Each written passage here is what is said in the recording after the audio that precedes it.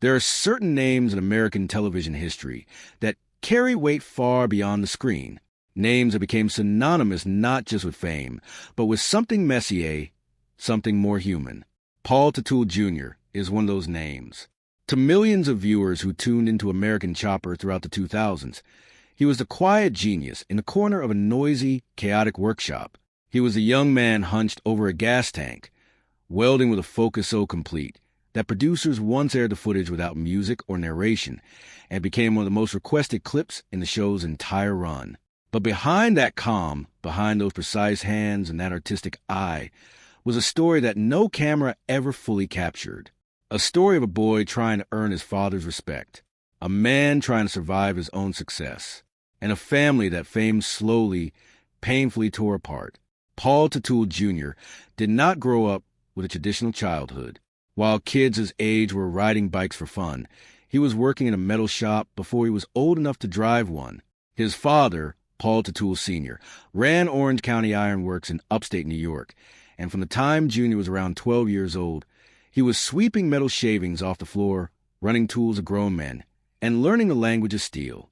Even before that, he used to visit his father's job sites and collect scrap pieces of metal like other kids collected baseball cards.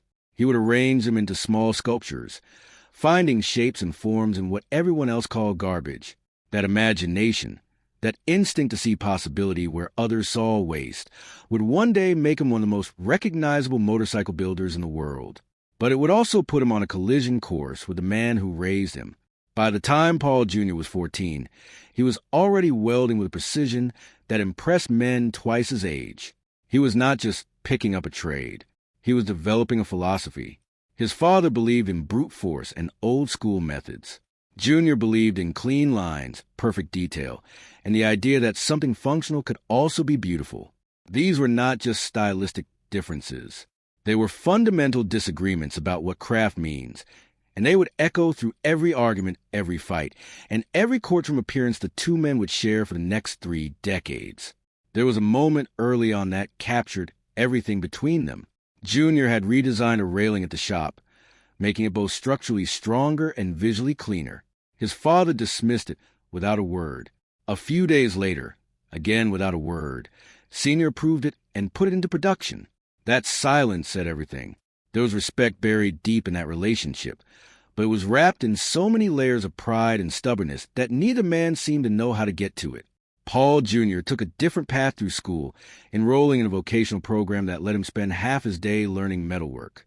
His instructors recognized something rare in him. One reportedly said he could see how metal wanted to move before he ever touched it. He practiced every weld and every cut far beyond what was required, not because anyone told him to, but because excellence was the only thing he understood. When he returned to his father's shop after graduating, he was not the kid sweeping floors anymore. He was a skilled fabricator, and he proved it quickly. By 19, he was leading the railing division at Orange County Iron Works, a department responsible for nearly half the company's total revenue. Older workers, some of them skeptical at first, came to respect him. He had earned his place, not inherited it. But as much as he had achieved in metalwork, Paul Jr. felt something missing. Iron railings and structural steel were satisfying in their own way. But they did not move. They did not live. So after long days at the shop, he started secretly filling a notebook with motorcycle sketches, the kind of bikes that existed nowhere in the real world yet. When his father got back into motorcycles around the same time and saw what his son had drawn up, something shifted.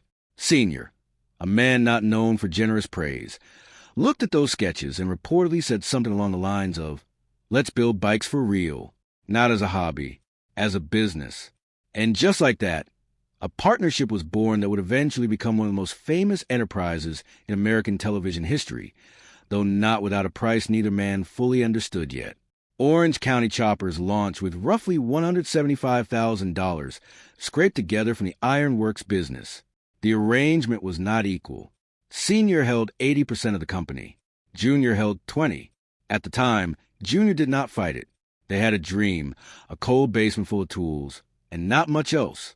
Their first bike, known as True Blue, took 4 months to build. Late nights, constant welding, blue paint with white flames. when they brought it to Daytona in 1999. The reaction told them everything they needed to know. They were not nobody anymore.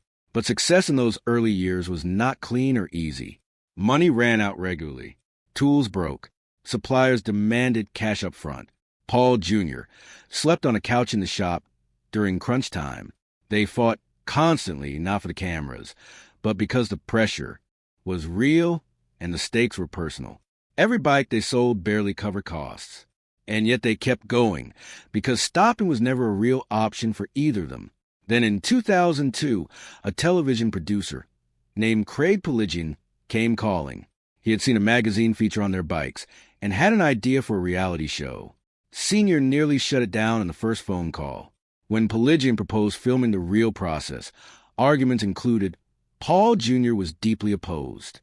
He reportedly wrote his father a 5-page letter warning that cameras would make them look foolish, that producers would exploit their conflicts for entertainment value, and that the dignity of their work would be lost.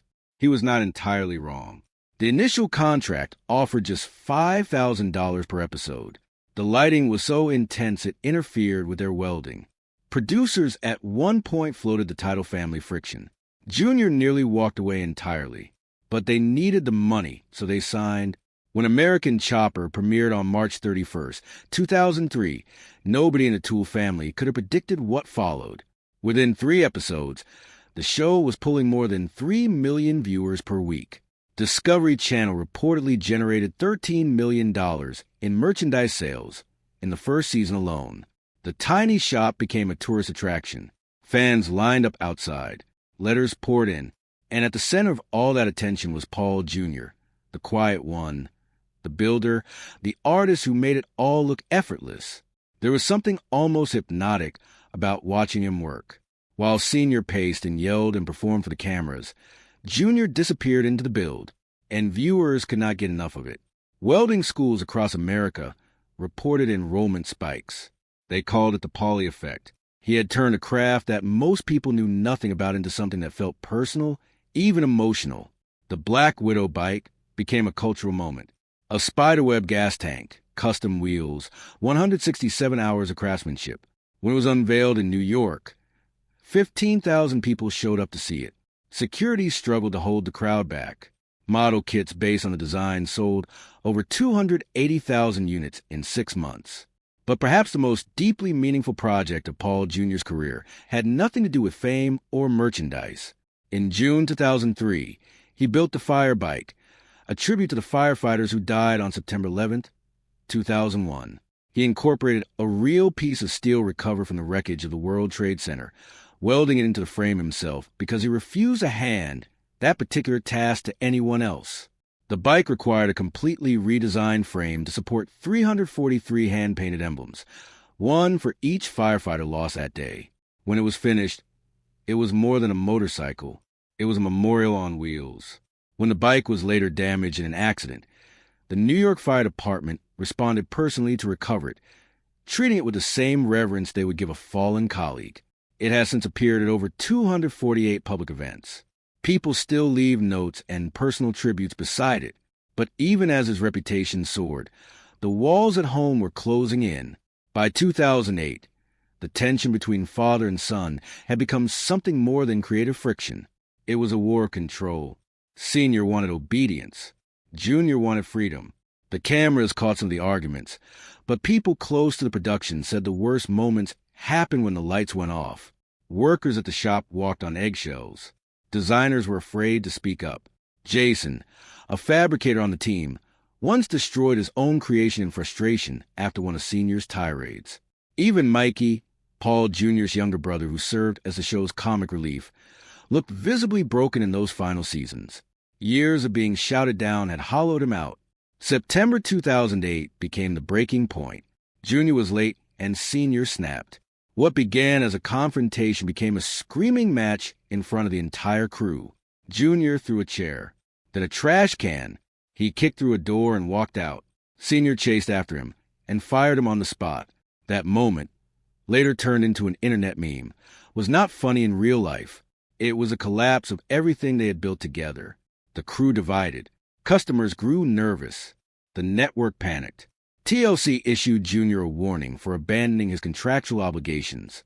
He came back briefly as a contractor, but by April 2009, he was done with Orange County Choppers entirely. What followed was a legal battle as brutal as any of their televised arguments. Sr. filed suit seeking to buy out Jr.'s 20% stake for $500,000. He then added a claim for an additional $1 million in damages. He made the company itself a co-defendant, putting Orange County Choppers on both sides of the courtroom in a move designed to force his son out completely. The heart of the legal dispute was a single vaguely worded contract clause about share valuation. In 2010, the New York Supreme Court initially ruled in Sr.'s favor. It looked like Jr. would lose everything, but he appealed, and the appellate court reversed the decision in December that year, ruling the clause too ambiguous to enforce. Jr. kept his stake. His father could not force him out.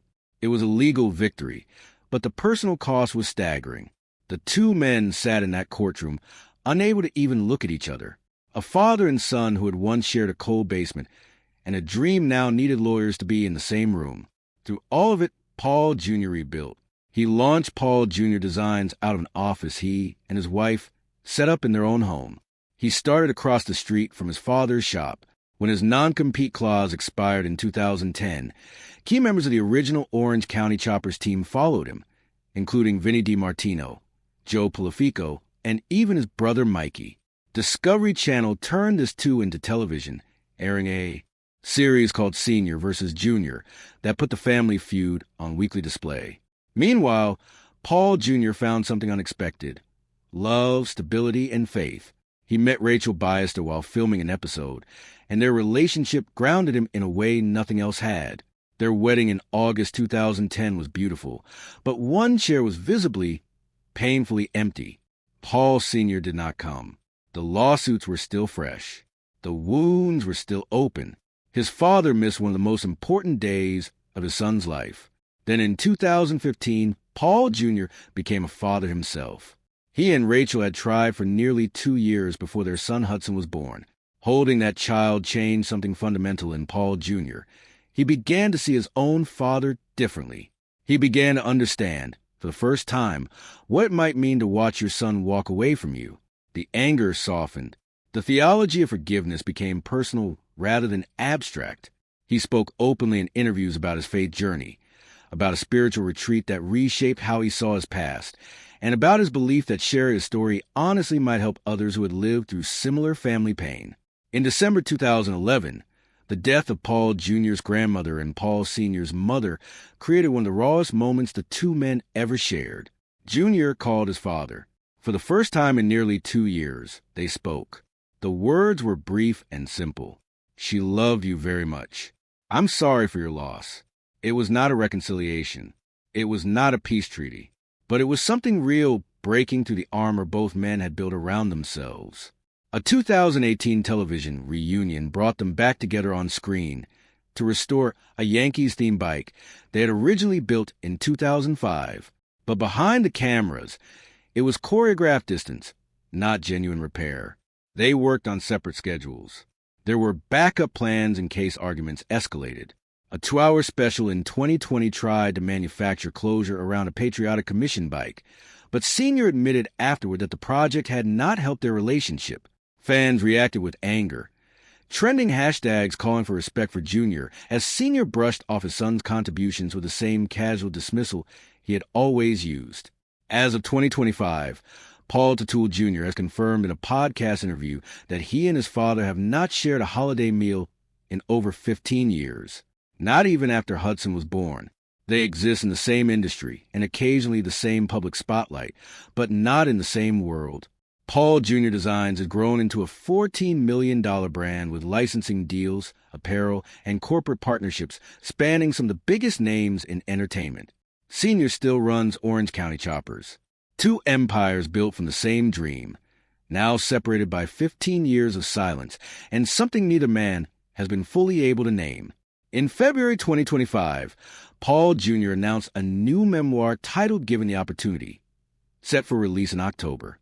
Unlike his previous book, this one reportedly goes deep into territory that was always off limits on television. Incidents cut from American Chopper, a physical confrontation in 2008 that producers chose not to air, his father's long struggle with alcoholism, and the generational damage it left behind. Paul Jr. has said he is no longer willing to protect a version of the story that was sanitized for ratings. He believes the real story, the painful, complicated, human story, is the one worth telling. Because somewhere out there is a son who grew up in a loud, demanding house and never quite heard that he was enough. And Paul Teutul Jr. knows exactly what that feels like. The tragedy of Paul Teutul Jr. is not that he failed. It is that he succeeded in almost every measurable way and still could not get back the one thing fame and money and legal victories cannot buy: the approval of his father. The quiet, unguarded moment of a man looking at his son and saying, "You did good."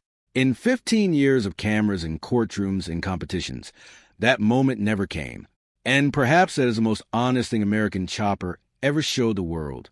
Not the bikes, not the arguments, not the spectacle, but the heartbreaking truth that some distances, no matter how much talent or determination or forgiveness you bring to them, are simply very hard to close.